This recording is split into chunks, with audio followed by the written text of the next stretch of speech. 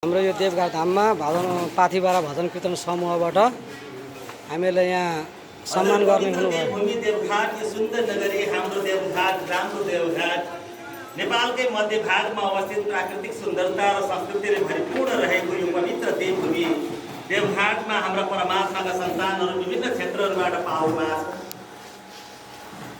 दिव्य भूमि देवघाट जो सुन्दर नगरी छ, पवित्र घाटको रूपमा रहेको छ। देवताहरू पनि स्नान गर्ने घाट र ऋषि मुनिहरूको तपोभूमि रहेको यो पवित्र देवभूमि देवघाट नारायण नदीको तटमा बन्दै गरेको यस जगतका मालिक सृष्टिकर्ता दुईटा इच्छा भए पनि योगदान पुगोस् न त भन्नु हुँदै गइसकेको मान्छे पनि गइसकेका व्यक्तिहरू पनि परमात्माका सन्तान भनेर यस्तो हुन्छ जो फर्की आउनु भएको छ र परमात्माको जो दिव्य दरबारमा हाम्रो पनि पसिना मिल्यो। दुईटा इच्छा भए पनि योगदान पुगोस्, चाँडैभन्दा चाँडै यो निर्माण कार्य सम्पन्न होस् र अर्कोचोटि आउँदा सेवा पनि गर्न पाइयोस् र दर्शन पनि गर्न पाइयोस् भन्ने भावनाका साथ हाम्रा अग्रज अभिभावक आदरणीय श्रद्धेय व्यक्तित्व समाजसेवी धर्मप्रेमी सामाजिक अभियन्ता मनका धनी दया र मायाका खाली भएका आदरणीय व्यक्तित्वज्यूहरू आउनु भएको छ। सरस्वती म यहाँ नाम उद्घोष गर्न चाहन्छु। हाम्रा बुढीगङ्गा एक मोरङदेखि आउनु भएको छ आदरणीय व्यक्तित्व समाजसेवी धर्मप्रेमी सामाजिक अभियन्ता मनका धनी राजेन्द्र घिमिरेज्यू र उहाँको जीवन सङ्गिनी रिता घिमिरेज्यू। उहाँले व्यक्तिगत रूपमा समस्त पितृहरूको उद्धार होस् भन्ने कामना गर्दै थोरै भए पनि दान स्वीकारोस् है भनेर 115 रुपियाँ दान अर्पण गर्नुभएको छ। उहाँलाई सम्मान गरेर धेरै धेरै धन्यवाद गर्न चाहन्छु। त्यसै गरी बुढीगङ्गा एक मोरङदेखि आउनु भएको छ हाम्रा आदरणीय व्यक्तित्व मनका धनी हुनुहुन्छ देवराज खतिवडा, उहाँको जीवन सङ्गिनी सङ्गीता खतिवडाज्यू। यहाँले समस्त पितृहरूको उद्धार होस् भन्ने कामना गर्नुहुँदै 1020 रुपियाँ दान अर्पण गर्नुभएको छ। धेरै धेरै सम्मान छ, हार्दिक आभार प्रकट गर्न चाहन्छौँ। त्यसै गरी विराटनगर 4 मोरङदेखि हुनुहुन्छ आदरणीय व्यक्तित्व मनका धनी भीमा पौडेलज्यू।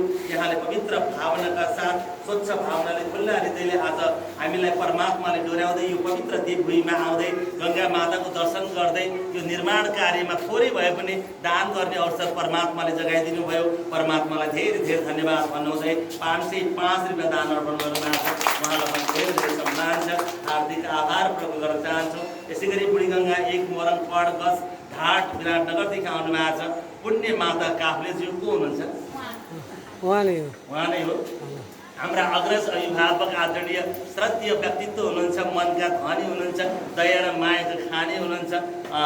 नाम पनि कति राम्रो पुण्य माता काफ्ले जो हुनुहुन्छ आदरणीय श्रद्धेय आमा।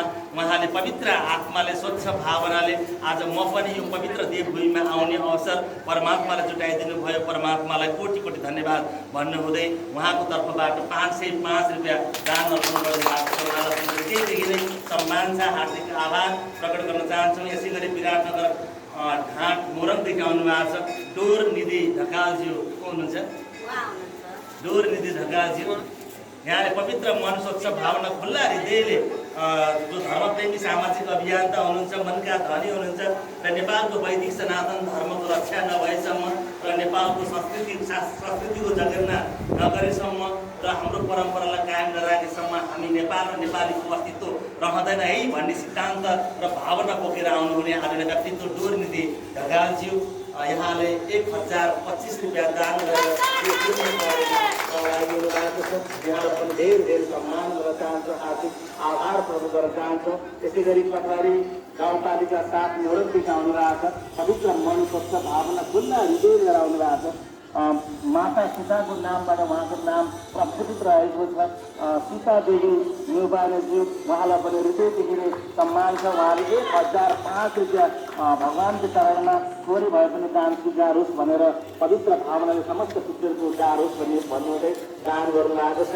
त्यसै गरी विराटनगर मोरङदेखि आउनु भएको छ आदरणीय श्रद्धेय व्यक्तित्व मनका धनी कुशल गृहिणी बिन्दा कुमारी भण्डारीज्यू। उहाँले पठाउनु भएकोलाई जस्तै यो पवित्र देवभूमिमा आउँदै गर्दा ल मेरो पनि त्यहाँ यो पुण्य कर्ममा दान गरिदिनुहोस् है भनेर पठाउनु भएको छ। यहाँ उहाँलाई यहीँबाट सम्झन चाहन्छौँ, सम्मान गर्न चाहन्छौँ। 505 रुपियाँ उहाँले दान सृष्टि गर्नुभएको छ। उहाँलाई पनि धेरै धेरै सम्मान गर्न चाहन्छौँ। त्यसै गरी विराटनगर मोरङ घाटबाट आउनु भएको छ आदरणीय श्रद्धेय व्यक्तित्व हुनुहुन्छ, समाजसेवी हुनुहुन्छ, धर्मप्रेमी सामाजिक अभियन्ता मनका धनी हुनुहुन्छ लीला देवी पराजुलेज्यू।